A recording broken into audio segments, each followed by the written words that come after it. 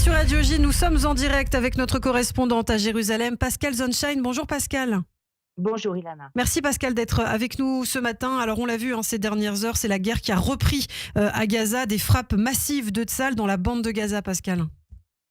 Oui, un peu après 2 heures du matin, des dizaines de chasseurs et de drones de l'aviation de Tsahal ont lancé un raid aérien massif sur l'ensemble de la bande de Gaza. Les frappes ont visé des tunnels, des dépôts d'armes, des bases et des postes de commandement du Hamas à Rafah, Khan Younes, dans les camps du centre du territoire, dans la ville de Gaza et dans le nord de l'enclave. Il y a aussi eu des éliminations ciblées de plusieurs cadres militaires et politiques du Hamas. Selon les services de santé du Hamas, les frappes israéliennes auraient déjà fait 230 morts et plusieurs centaines de blessés.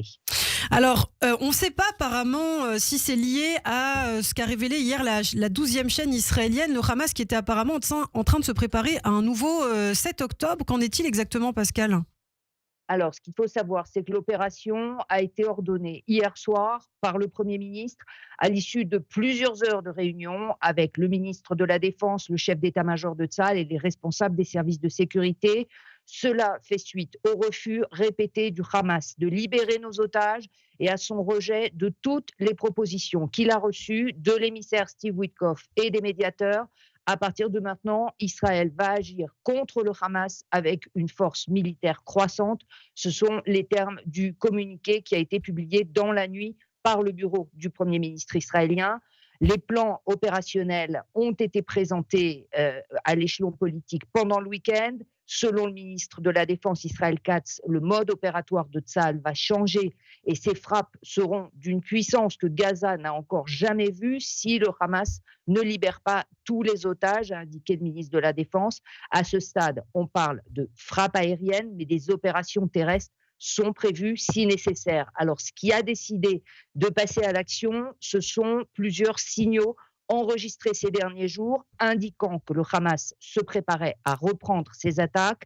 L'organisation terroriste a profité de la trêve pour recruter des centaines de nouveaux terroristes, distribuer des armes, poser des mines et remettre en état ses infrastructures militaires. Et il y avait apparemment des informations sur une attaque imminente. Alors, est-ce qu'il y a eu des réactions du côté des familles d'otages ? Parce qu'on sait aussi que ça peut mettre en danger les otages qui se trouvent, on ne sait pas, dans les tunnels, dans des immeubles. En tout cas, il y a eu des réactions sur les réseaux sociaux. Est-ce qu'il y a eu d'autres réactions, peut-être des appels au gouvernement des familles d'otages, Pascal ? Pour l'instant, évidemment, on suit les événements au fur et à mesure qu'ils se déroulent. Bien évidemment, les familles des otages sont extrêmement inquiètes de la reprise des frappes de Tsahal sur la bande de Gaza pour le sort de leurs proches, détenus dans des tunnels, mais détenus aussi en surface pour certains d'entre eux, pour ce que l'on en sait. On parle toujours de 59 otages retenus par le Hamas à Gaza, dont 24 sont considérés en vie. Donc, il y a évidemment une très grande inquiétude. Le Hamas, d'ailleurs, a évidemment accusé Israël d'agression, d'avoir rompu la trêve et affirme qu'il met en danger la vie des otages. Donc, cette frappe aérienne, ce raid massif lancé cette nuit par Tsahal, c'est aussi un coup de semonce à l'égard du Hamas pour le pousser justement à reprendre la négociation. Et Israël, en tout cas, peut compter encore une fois là sur le soutien des États-Unis qui ont apporté pleinement, effectivement, leur appui hier à l'État hébreu, Pascal. Oui, de toute façon, Israël a prévenu les États-Unis avant de lancer ses frappes. C'est ce qu'a confirmé cette nuit la porte-parole de la Maison-Blanche. Le Hamas, les Houthis, l'Iran, tous ceux qui veulent terroriser Israël, mais aussi les États-Unis, en paieront le prix. Les portes de l'enfer vont s'ouvrir, a affirmé Caroline Leavitt. Donc, on voit là une coordination totale entre Israël et les États-Unis. On avait entendu d'ailleurs ces derniers jours l'émissaire du président Trump, Steve Witkoff, mettre en garde le Hamas en disant que la fenêtre de négociation était en train de se refermer, que ces refus répétés mettaient en danger la poursuite de la trêve. Donc clairement, il y avait non seulement une crainte qu'on arrive à cette situation, mais aussi une compréhension totale de la part de Washington de la nécessité pour Israël de repasser à l'action cette nuit à Gaza. Eva pour Pascal. Bonjour Pascal. Bonjour Eva.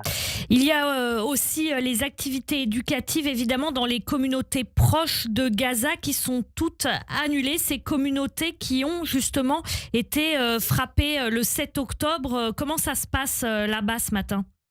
Eh bien, le Picud Aoref, c'est-à-dire le commandement de la défense civile de Tsahal, a modifié les consignes pour les localités de l'ouest du Negev, dans les villages et les kibboutz frontaliers de la bande de Gaza et à Sderot. Les écoles vont rester fermées aujourd'hui. Le travail sera autorisé si un abri se trouve à proximité immédiate. Les rassemblements sont limités, 10 personnes en extérieur, 100 personnes à l'intérieur. Et la ligne de train Sderot-Ashkelon a été fermée. Donc, pour l'instant, des consignes de la défense civile de Tsahal qui concernent uniquement les localités israéliennes à proximité immédiate de la bande de Gaza. Et en plus du front sud, Pascal, il y a aussi le front nord avec des frappes signalées apparemment. Alors ça n'a pas été confirmé par Tsahal, en Syrie, à Damas et puis au sud Liban aussi. Alors qu'est-ce qui s'est passé ces dernières heures?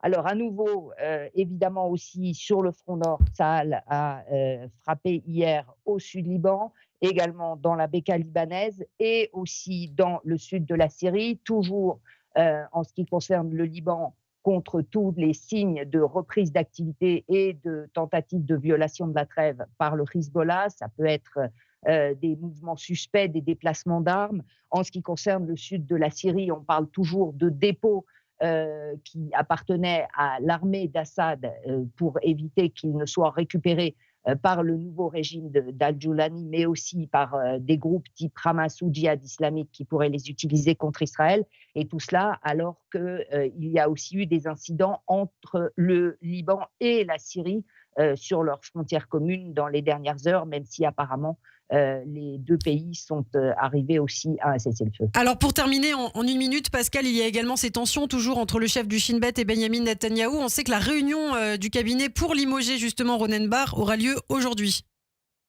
C'est en tout cas ce qui était prévu jusqu'à hier soir. La réunion du gouvernement est prévue pour ce soir à 20h pour acter le limogeage du directeur du Shin Bet.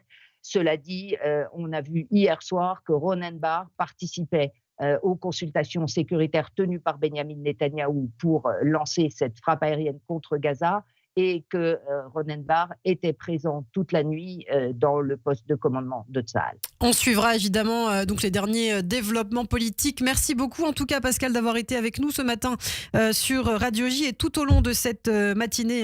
Ça risque de bouger effectivement avec ces frappes, la reprise de la guerre à Gaza. Pascal, on vous retrouve tout à l'heure à 7h26.